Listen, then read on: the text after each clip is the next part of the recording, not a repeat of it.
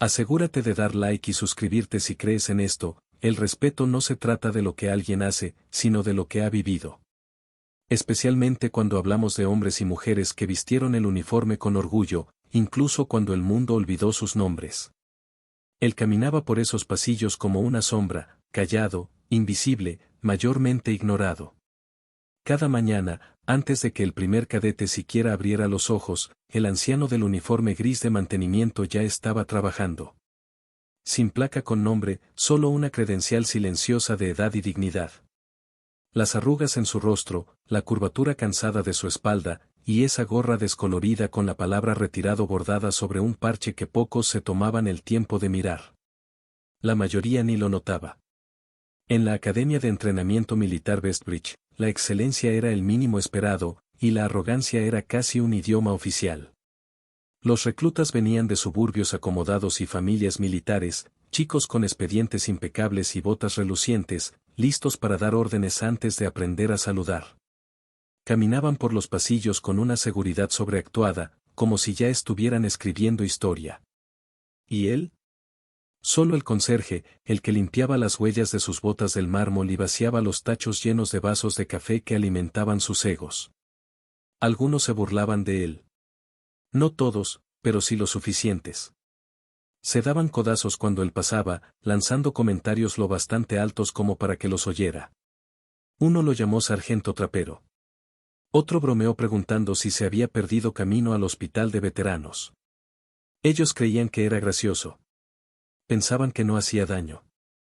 Y como él jamás respondía, como solo seguía empujando su escoba con el mismo ritmo tranquilo cada día, confundieron su silencio con vergüenza. Pero no era vergüenza.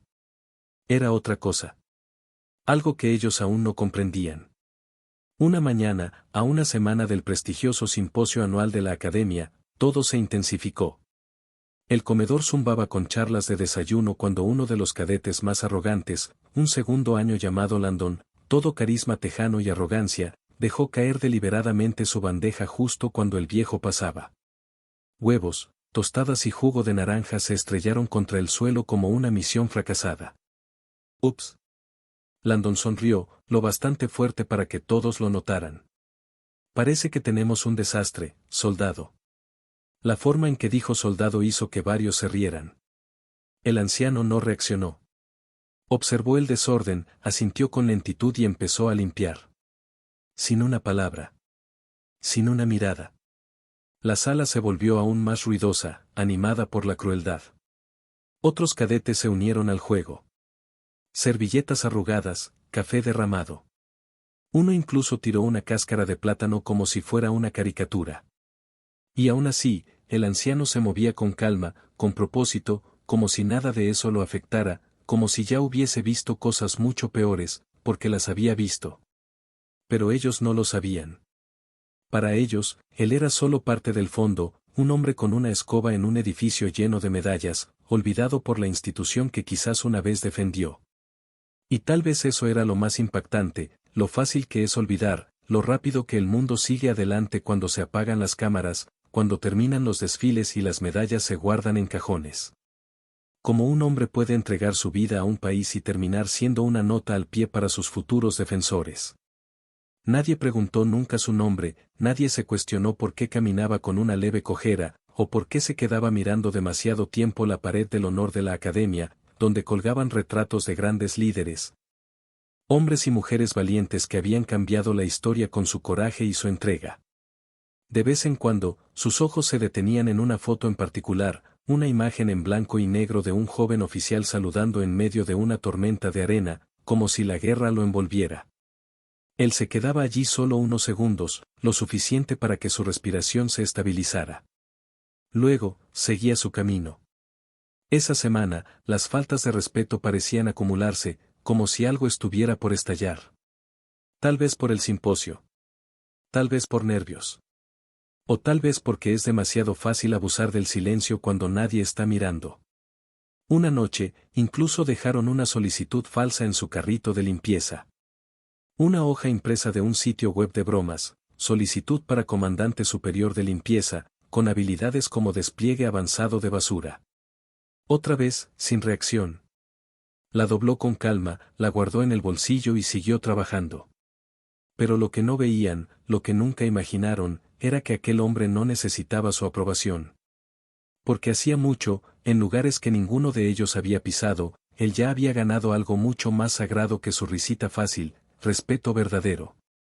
El tipo de respeto que no nace de discursos o medallas, sino del silencio, de la entrega, de haber sobrevivido cuando otros no.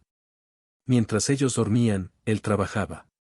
Mientras reían, él recordaba.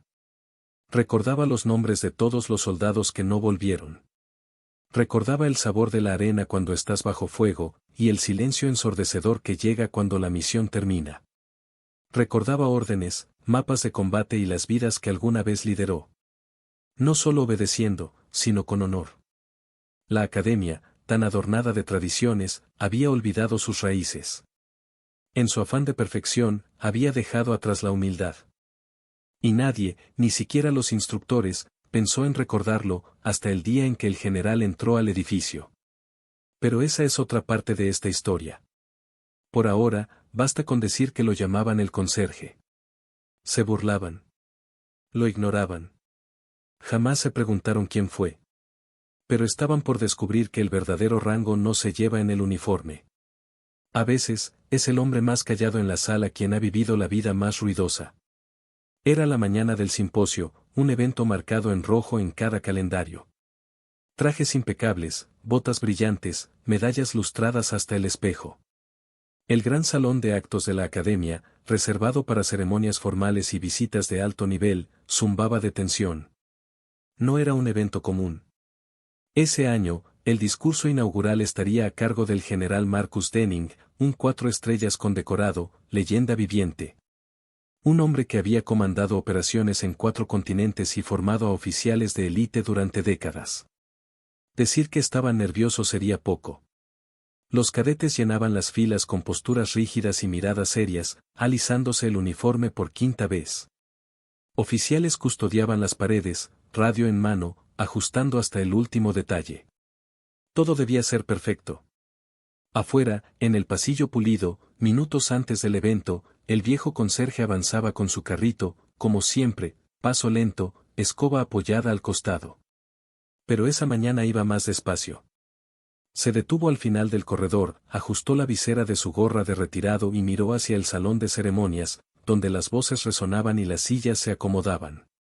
Su mirada se quedó allí un instante. El salón cayó en silencio cuando se abrieron las puertas dobles y entró el general Denning. Denning no era un hombre fácil de ignorar.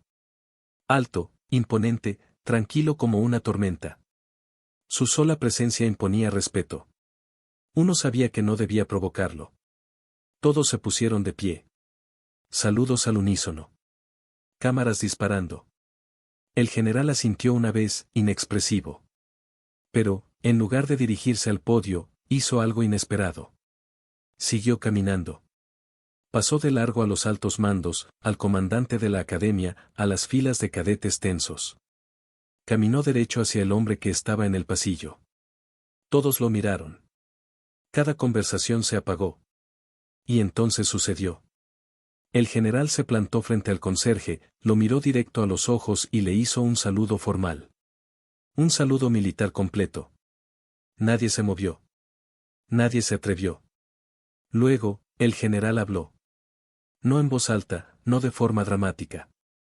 Solo lo suficiente para que lo escucharan los cercanos, que bastó para que la noticia se esparciera como fuego. Señor, es un honor conocerlo finalmente en persona. Se oyeron jadeos en las filas del fondo. Algunos giraron bruscamente.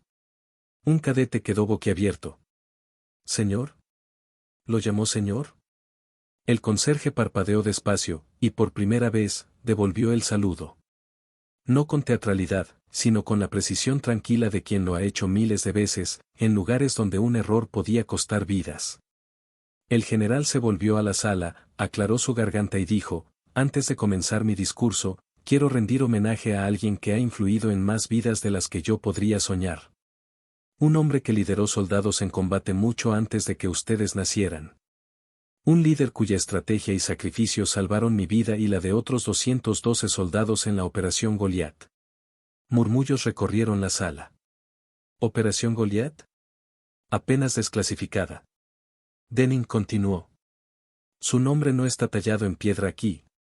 No hay alas ni salones con su nombre. Pero debería haberlos. Ustedes lo conocen como el conserje. Yo lo conocí como el comandante Elías Rourke. El aire pareció desaparecer de la sala.